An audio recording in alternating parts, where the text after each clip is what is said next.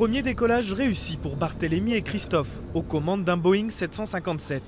Pourtant, nous ne sommes pas à 2000 mètres au-dessus de la campagne française, mais dans un simulateur de vol près de l'aéroport de Roissy.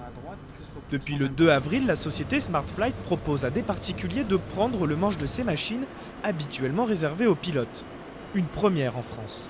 Pour moi, c'est un partage de passion.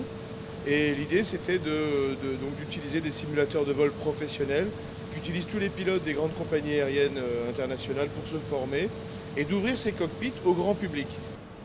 En tout, l'entreprise dispose de 8 simulateurs, chacun correspondant à un type d'avion de ligne différent. Mais pas question de mettre les pieds dans un cockpit sans formation. Pendant près d'une heure et demie, un pilote professionnel enseigne les éléments indispensables pour diriger l'avion. Pas de quoi décrocher un diplôme, mais au moins l'assurance d'éviter un crash immédiat. Le décollage, ça va plutôt pas mal. Ça semble simple, enfin c'est pas simple, mais ça semble simple. L'atterrissage, c'est juste incroyablement difficile. L'intérieur du cockpit est la réplique exacte de celui des avions des grandes compagnies aériennes.